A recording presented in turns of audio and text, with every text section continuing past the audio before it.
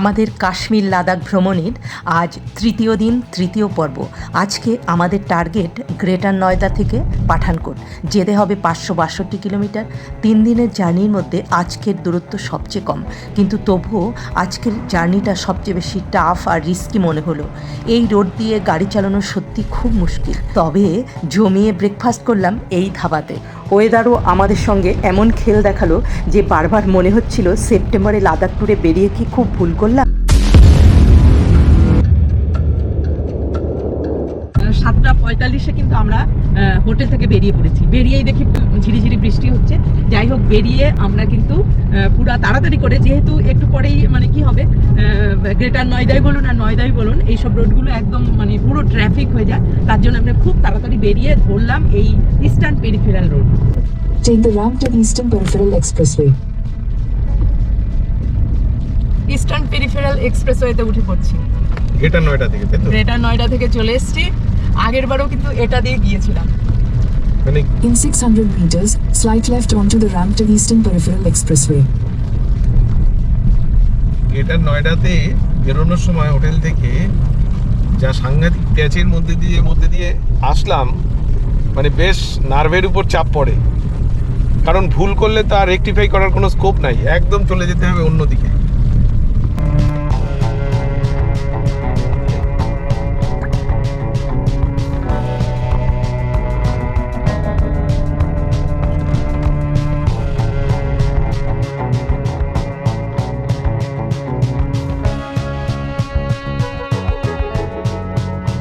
Already eastern peripheral রোডে কিন্তু উঠে পড়লাম। তো আমরা এখন চলছিও ইস্টার্ন পেরিফেরাল রোড দিয়ে। দিল্লির এই ইস্টার্ন পেরিফেরাল রোডটা দিল্লিরকে সার্কেল করে রাস্তাটা গেছে। একটা হচ্ছে ওয়েস্টার্ন পেরিফেরাল রোড আর একটা ইস্টার্ন পেরিফেরাল রোড। এই দুটো রোডই হচ্ছে দিল্লির চারপাশ দিয়ে সার্কেল করা আছে। এটা নয়ডার ভেতর থেকে যখন আমরা আসছিলাম, রাস্তায় এত রাউন্ড অ্যাবাউট, মানে এত সার্কেল ছিল যে সার্কেলগুলোকে ঠিকঠাক মতো বের করে আনা বেশ চাপের ব্যাপার একটা। যাই হোক, চলেও আসছি নিয়ে, একদম পেরিফেরালে ঠিকঠাক মতো ওঠাতে একটা বড় ব্যাপার। অনেকক্ষণ হলো আমরা ইস্টার্ন পেরিফেরাল রোড দিয়ে চলছি। একটু পরে আমরা গিয়ে পৌঁছবো হচ্ছে NH44-এ। তা NH44 ধরার জন্যই আমরা এই ইস্টার্ন পেরিফেরাল রোডটাকেই আমরা চয়েস করেছি। এটা দিয়ে কিন্তু আমরা এখন NH44-এ যাবো। তারপর মুরথাল, পটপট, সোনিপত, পানিপত, এগুলো তো সব আছেই। সব পেরিয়ে আমরা আজকে পৌঁছাবো হচ্ছে পাঠানকোট। আর পাঠানকোটের পরেই ওখান থেকেই মানে কাশ্মীরের বলা যায়, জম্মু কাশ্মীরের মানে গেটও বলা যায়, যে ওখান থেকেই কিন্তু আমরা নেক্সট আমরা জম্মু কাশ্মীরের দিকে মানে যাব। সেই ইচ্ছাতেই আমাদের বেরিয়ে পড়া।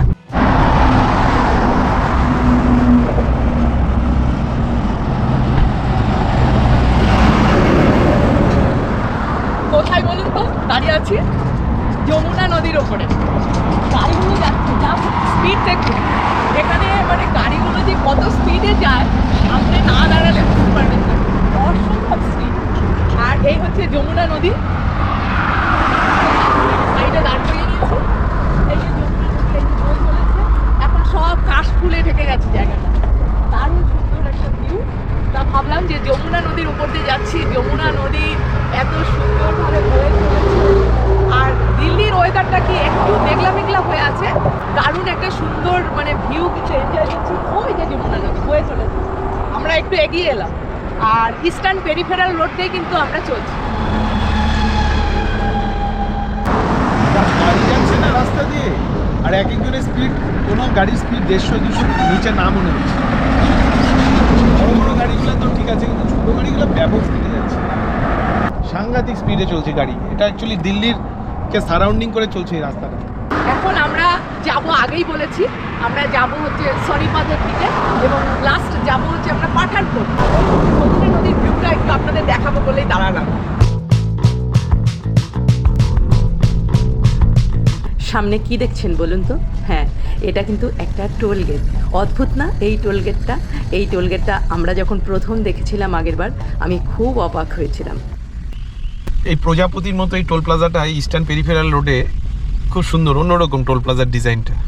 এই টোল প্লাজাটা আমরা পেরিয়ে আমরা কিছুক্ষণ পরেই আমরা নেমে যাব ইস্টার্ন পেরিফেরাল থেকে। কিন্তু টোলে কিন্তু প্রচুর গাড়ি একসাথে ঢুকছে, আবার একটা গাড়ি ব্যাক করে আসছে। বাবা, এই গাড়িটা দেখুন, একেতে তো এরকম অবস্থা, তারপর আবার ব্যাক করছে টোল প্লাজাতে, কি সাংঘাতিক। বুঝতেই পারছি না কি ব্যাপারটা কি ওই যে ও পেঁচাচ্ছে, তুমি আর ঢুকো না, ব্যাপক কে কোথায়। সবাই পেছাচ্ছে কেন? এই toll There's congestion ahead. Road কনজেশন ahead বলছে, কিন্তু কেন পেছাচ্ছে সব গাড়িগুলো?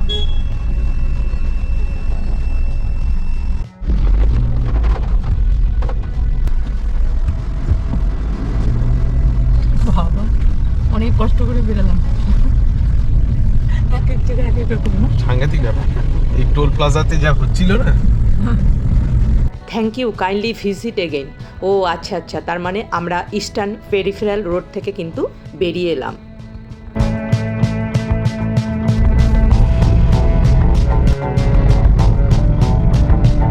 In 200 meters, continue straight past Dada Jude Transport Services. আমরা কিন্তু ইস্টার্ন পেরিফেরাল রোড ছেড়ে NH44 এ ঢুকতে চলেছি। এই ঢুকেও যাচ্ছি আমরা, এক্ষুনি ঢুকে যাব NH44 এ। Continue straight past Dada Jude Transport Services. ঢুকে যাব।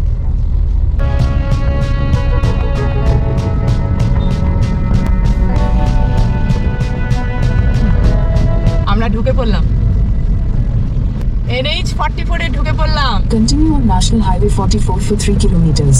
এই যে পানিপথ হচ্ছে 49, মুরথাল হচ্ছে 11 কিলোমিটার। সেই পুরনো স্মৃতি আবার ফিরে এলো। এর আগে সিমলা মানালি ট্রিপের সময় কিন্তু এই রোড দিয়েই গেছি। অলরেডি কিন্তু আমরা ইস্টার্ন পেরিফেরাল থেকে উঠে গেছি NH44 এ। NH44 সেই রোড যেটা হচ্ছে কন্যাকুমারী থেকে শ্রীনগর পর্যন্ত চলে গেছে। তা আমরা কিন্তু সেই বিশেষ রোডটাতে উঠে পড়েছি। আর এই রোডটার বিশেষত্ব হচ্ছে মানে প্রচণ্ড হাই স্পিডে গাড়ি চলে, আর মানে একটু ফাঁকা পাওয়া যাবে না, কিন্তু এরকম 3-4টে করে একই মানে একসাথে গাড়ি চলছে, কোনো লেন দেখুন ফাঁকা নেই। সামনে মানে পুরো মানে কি বলবো, গাড়ি দিয়ে একদম ভরা। তবুও এই রোড দিয়ে কিন্তু যেতে হবে, এটাই হচ্ছে মেইন রোড। আজকে জম্মু কাশ্মীর বলুন বা সিমলা মানালি বলুন, আমরা যেখানেই যাই না কেন এই রোডটাই। রোডটা হচ্ছে সব থেকে বিজিয়েস্ট রোড আমার মনে হয়, কারণ এটা জম্মু কাশ্মীর থেকে শ্রীনগর ইয়েতে যাচ্ছে, কন্যাকুমারী। আর এই রোডটা দিল্লির সঙ্গে কানেক্টেড এখানে, ফলে এই রাস্তাটাতে এত গাড়ি চলে, মানে কি বলবো, গাড়ি চালানো ভীষণ tough। টাফ, একদম অ্যালার্ট থাকতে হবে, 1 সেকেন্ডের এদিক ওদিক করা যাবে না।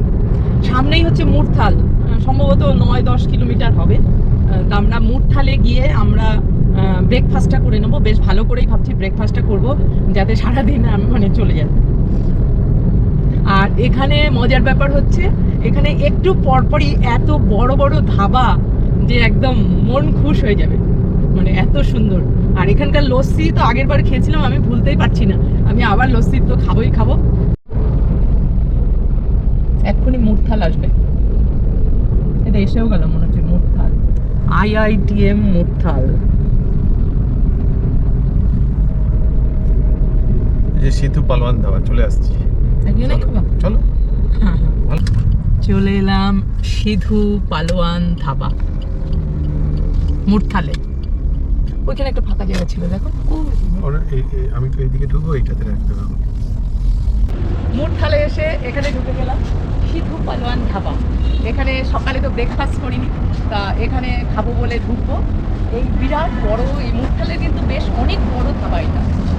আর এখানকার খাবার এর আগেও সিমলা মানালি যখন ট্রিপ করেছিলাম এখানে খেয়েছিলাম, আবার সেই পুরনো স্মৃতি ফিরে এলো। এখন ঢুকবো, লস্যিটা তো বললাম না, আগেই বললাম অপূর্ব, তা এখানে কিন্তু খাবো এখন।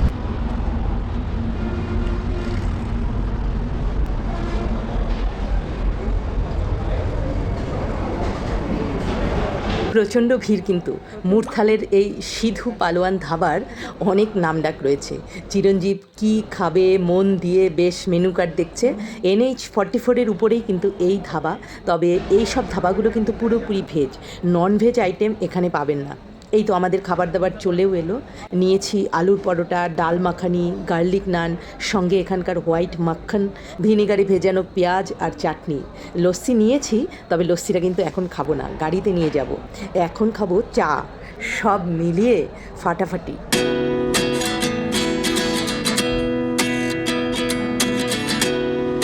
মুরথালে ব্রেকফাস্ট করে বেরিয়ে জাস্ট দেখুন কীরকম বৃষ্টির কবলে পড়লাম।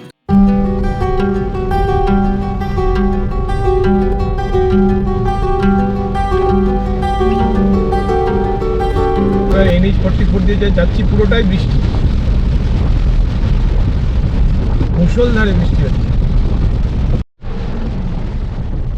দিল্লি থেকে শুরু করে একটু পরপরই এত বৃষ্টি হচ্ছে যে কি বলবো, রিস্ক হয়ে যাচ্ছে।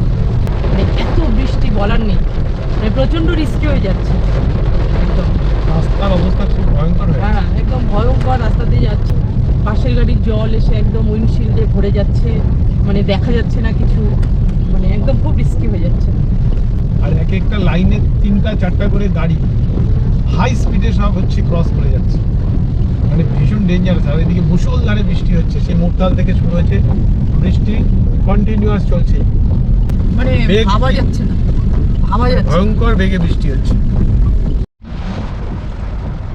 বুঝতেই পারছেন গাড়ির স্পিড একদম ওঠানো যাচ্ছে না। অনেক কষ্টে সোনিপত, পানিপত, কার্নাল, কুরুক্ষেত্র সব পেরিয়ে পৌঁছালাম আম্বালা।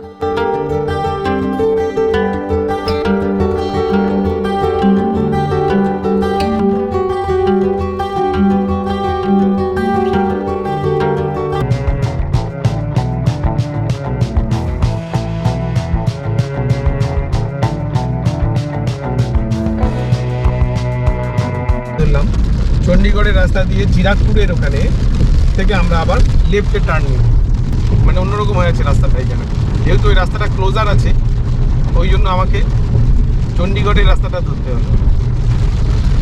আর এটা কিন্তু সিমলা থেকেও যাচ্ছে। হ্যাঁ, এই রাস্তাটা চণ্ডীগড়ের ওখান থেকে সিমলা, ডান দিকে চলে গেলে সিমলার দিকে চলে যাবে। সেকেন্ডে গাড়ি সব হাই স্পিডে চলছে, একই লাইনে 3টা-4টা করে গাড়ি যাচ্ছে, মানে ভীষণ গতিতে চলছে সব গাড়ি। আম্বালা পেরিয়ে চণ্ডীগড়ের রোড দিয়ে কিছুটা এগিয়ে আমরা ধরলাম লুধিয়ানার রাস্তা। এরপর লুধিয়ানা থেকে যাব জলন্ধর। ওয়েদার এত বাজে আজকে ছিল যে আমরা খুব বেশি কিন্তু এগোতে পারিনি।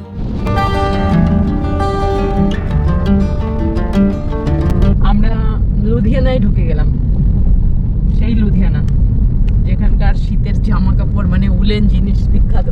তাহলে লুধিয়ানায় ঢুকে গেলে এবার এই লুধিয়ানা থেকে যাব হচ্ছে আবার কোথায় বলো তো, জলন্ধরের দিকে। জলন্ধর হয়ে তারপর পাঠানকোট। এখনো পাঠানকোট অনেকটা রাস্তাতে যে এত গাড়ি, হ্যাঁ চালানোই যাচ্ছে না, তার মধ্যে ওয়েদার আর খারাপ। হাই স্পিডে চলে সব গাড়ি, কোনো গাড়ি স্লো চলছে না। এই যে এই হচ্ছে গাড়ির অবস্থা, প্রচুর গাড়ি, কোনো স্পিড নেওয়া যায় না। মানে বাজতে বুলেটের মতো করে এক একটা গাড়ি ওভারটেক করছে। লুধিয়ানা, এই যে উলেন মিলস, অসওয়াল উলেন মিল। আচ্ছা, এই যে সব অসওয়ালের উলেন মিল। লুধিয়ানার বিখ্যাত মন্টে কার্লো। দেখলে লুধিয়ানা সিটি চলে এলো। সিটিটা মনে হচ্ছে এই সাইডে, আর এখানে বৃষ্টির জল জমে আছে। কি অবস্থা, বৃষ্টির জল। লুধিয়ানা পেরোচ্ছি তাহলে। এখন বাজে হচ্ছে 5:45। এরকম পুরো রাস্তা, মানে মনেই হচ্ছে না যেটা একটা এত বড় একটা হাইওয়ে। হ্যাঁ, এত গাড়ি।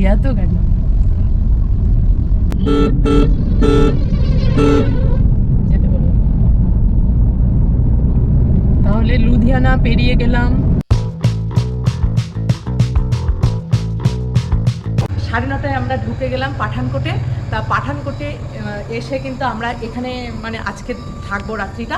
থাকার জায়গাটা এটা হচ্ছে ট্যুরিস্ট লজ, ঠিক মানে ন্যাশনাল হাইওয়ের ওপরেই এই ট্যুরিস্ট লজটা। আর এটা হচ্ছে মানে উল্টো দিকেই হচ্ছে একটা পেট্রোল পাম্প রয়েছে ভারত পেট্রোলিয়ামে, তার ঠিক উল্টো দিকেই এই ট্যুরিস্ট লজটা। তা এখানে যে আমরা রুমটা নিয়েছি এই হচ্ছে সেই রুম। রুমে এমনি মানে বেশি কিছু নেই, তবে যতটুকু দরকার ততটুকু রয়েছে, বেশ সাজানো গোছানো, এসিও রয়েছে। এখানকার ট্যারিফ 1200 টাকা। ফোন নাম্বার স্ক্রিনে দিয়ে দিলাম, আপনাদের কাজে লাগতে পারে। আগামীকাল আমরা ঢুকে যাব কাশ্মীর। আমি ভীষণ excited. Stay tune for the next. Bye bye.